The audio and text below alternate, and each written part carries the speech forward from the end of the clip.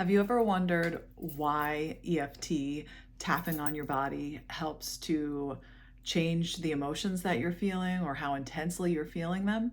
Today, I'm going to break down some of the science behind tapping and why it works and what's actually happening inside of the brain to help you feel better, lighter, and move through those intense, heavy emotions. I am Lauren Nicole Ponville. I'm an EFT master trainer certified through EFT International. And if you are curious about EFT and that mind body connection and how this practice can help you feel better, and maybe you're someone who is considering going through training or wanting to dive a little bit deeper into this for your own personal well being, this is for you. So, stress and trauma and overwhelm can lead someone to really feeling stuck in their life, and that can show up as chronic stress and anxiety. And it is really important to learn how to regulate your nervous system. And I always like to use visuals when kind of talking about what is happening inside the body that actually tapping on these points helps you to feel better. So if we pretend that my fist here is my brain, and this part of my brain is the prefrontal cortex. This is where I make good sound decisions. We're going to pretend it's this part of my hand right here. Information comes up the brainstem to the prefrontal cortex where we make these good sound decisions. Now, when you are dealing with chronic stress, chronic anxiety, or overwhelm, what happens is information's trying to come up the brainstem to get to that prefrontal cortex, but we're going to pretend my thumb here is the amygdala, the part of the brain that controls fight, flight, or freeze. And so information's coming up that brainstem and this alarm starts to go off. This amygdala starts to fire. And when that amygdala is going off, it's sending cortisol into the body, the stress hormone. So when information's trying to get up to that prefrontal cortex, it literally can't get there because all this cortisol is rushing down into the body. Now, so these are those situations where you're so stressed out or you're so overwhelmed, you may even say out loud, I can't even think straight right now. You literally can't because you cannot access that part of the brain. So what happens when we're tapping, right? We're tapping on all these different points of the body and we're speaking out loud and acknowledging how we're feeling, and doing so is sending a message to the amygdala, and it's saying, hey amygdala, this is not a life or death situation. You do not need to be creating all of that cortisol. And so slowly as we're tapping, it's sending this message, and that amygdala starts to calm down and that prefrontal cortex begins to come back online. So now you can begin to think more clearly.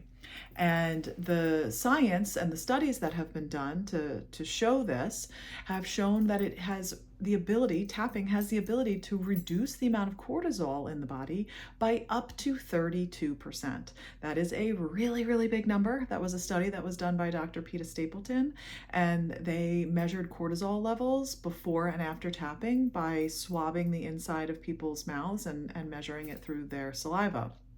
So, tapping can help you to feel calmer in the body because it is sending this message to the amygdala not to be sending all that cortisol out. And so you can start to feel calmer and more grounded and think straight, because we all know it's really, really difficult to be making decisions when you're in that chaotic space and you literally can't think straight because you're not able to access the part of the brain that helps you to make good grounded decisions. And we all want to make good grounded decisions, right?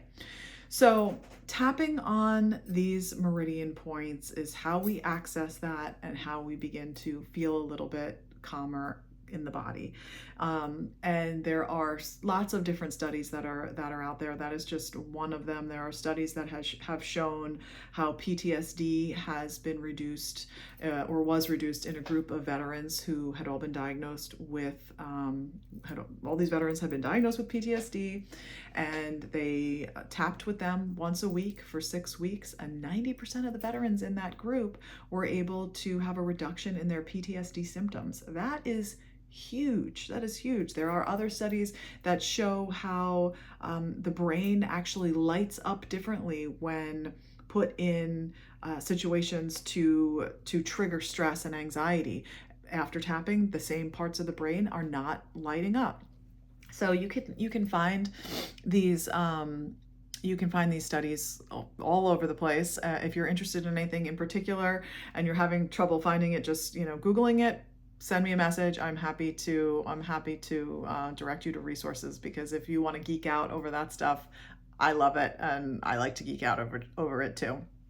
So ultimately, tapping is a way that helps you to process your emotions. And our emotions, the definition of emotion is energy in motion, right? So it's this idea that our emotions want to be acknowledged, they want to be felt, and they want to move through the body. Those uncomfortable emotions like anger, sadness, stress, the ones that we don't enjoy feeling, what a lot of people tend to do is shove that stuff down and distract ourselves so we don't have to feel that stuff, and we try to just ignore it. And while that might work for the short term, in the long term, we all know that all that stuffing only gets to a certain point before it comes out. And so tapping and acknowledging the emotion helps to get things moving and helps you to ultimately release it and feel lighter in the body.